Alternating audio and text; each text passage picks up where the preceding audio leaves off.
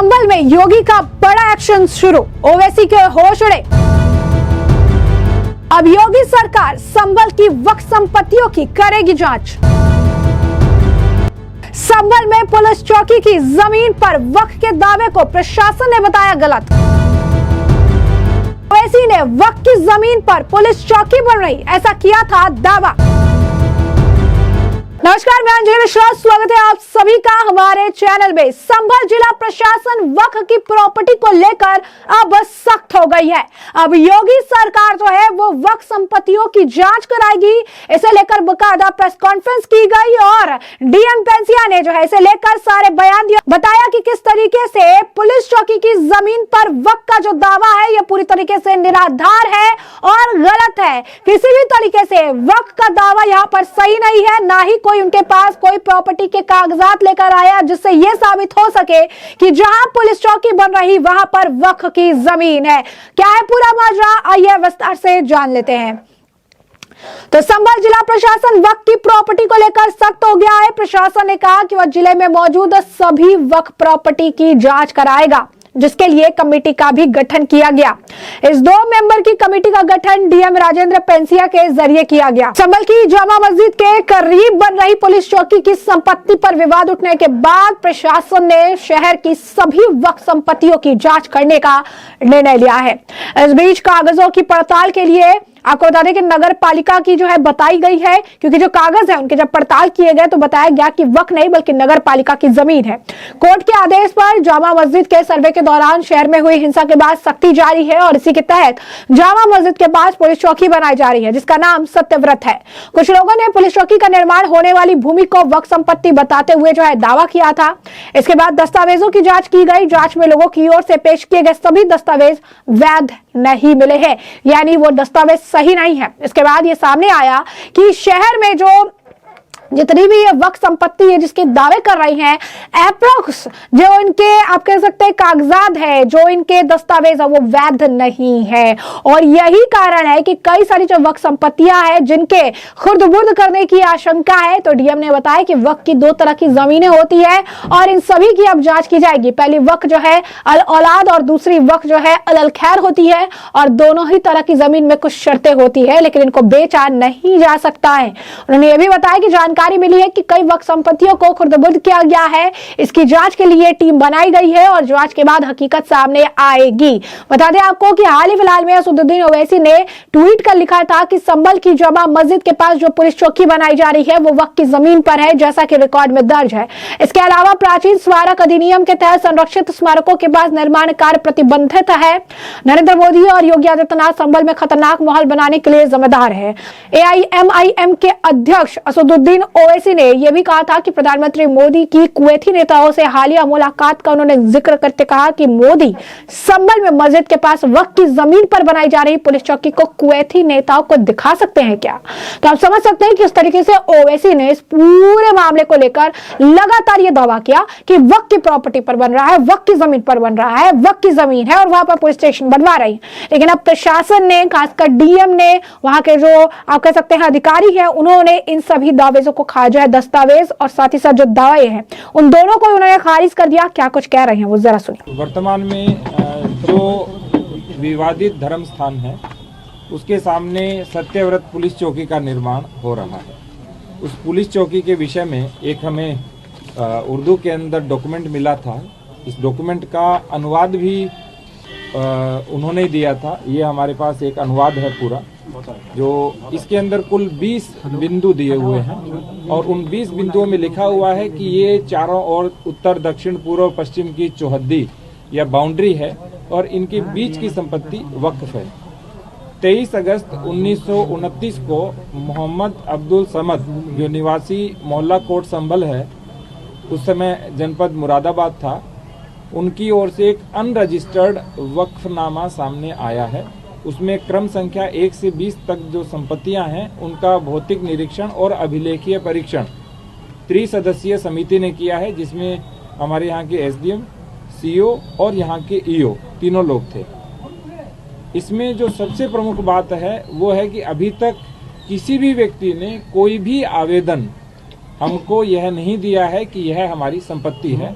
अर्थात कोई प्रभावित और विधिक पक्षकार हमारे सामने अभी नहीं आए हैं। दूसरी बात, जिस स्थान की बात की जा रही है उस स्थान के अंदर जो संपत्ति कहते हैं दर्ज है वो 18, 19 और 20 संख्या पर है और वर्तमान में उस जगह की किसी भी प्रकार की कोई भी व्यक्ति वहां निवास करता है, उस नाम से कोई निवासित रहा है या वो गाटा संख्या जिसका उल्लेख किया गया है उसका किसी भी प्रकार से कोई भी साक्ष्य नहीं है।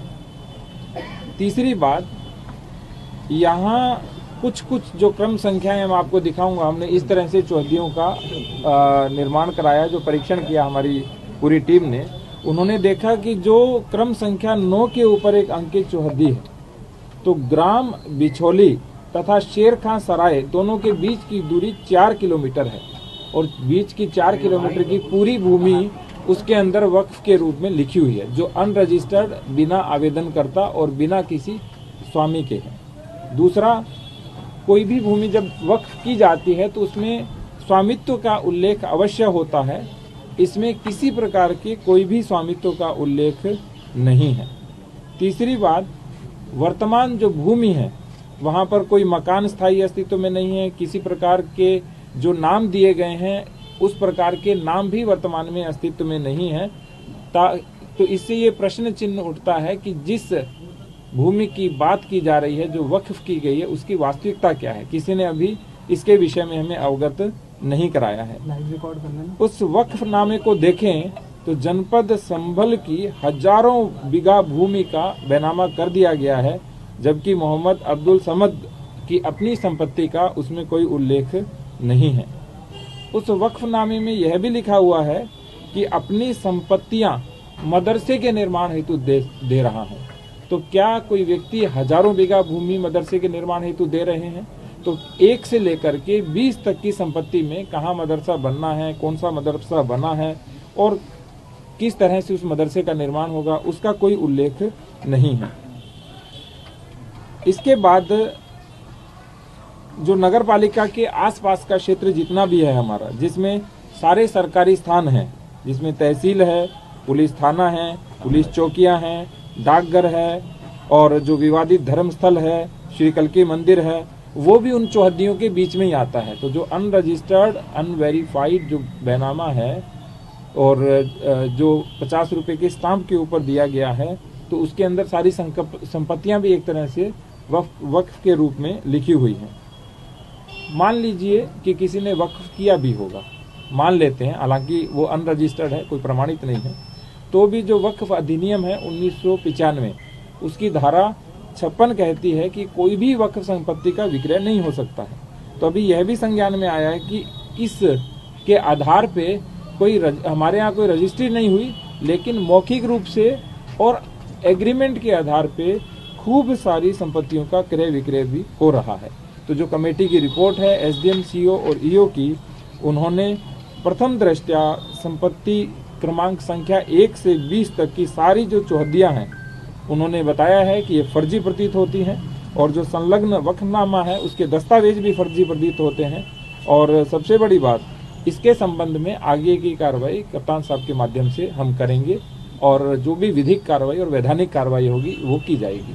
कप्तान साहब, जो अभी तक के जो कागजात हैं उनका परिशीलन करने पे तो ये पाया जाता है कि जिस कोतवाली में आप बैठे हैं ये भी जो 1905 या 1906 में बनी है, ये भी एक वक्फ प्रॉपर्टी है और इस तरीके के जो कागजात प्रस्तुत किए गए हैं, जितने भी वक्फ प्रॉपर्टी के कागजात हैं उन सबको वेरिफिकेशन करवाया जाएगा उनका।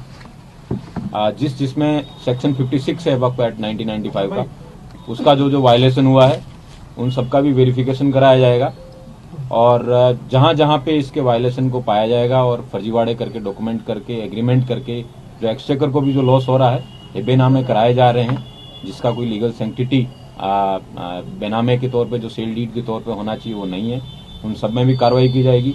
और इस पर्टिकुलर केस में जो रिपोर्ट एसडीएम, सीओ और ईओ ने दी है उसके आधार पे एक अभियोग पंजीकृत किया जाएगा और आगे की विधिक कार्रवाई सुनिश्चित की जाएगी। सर, ये अभियोग किसके खिलाफ पंजीकृत करेंगे आप?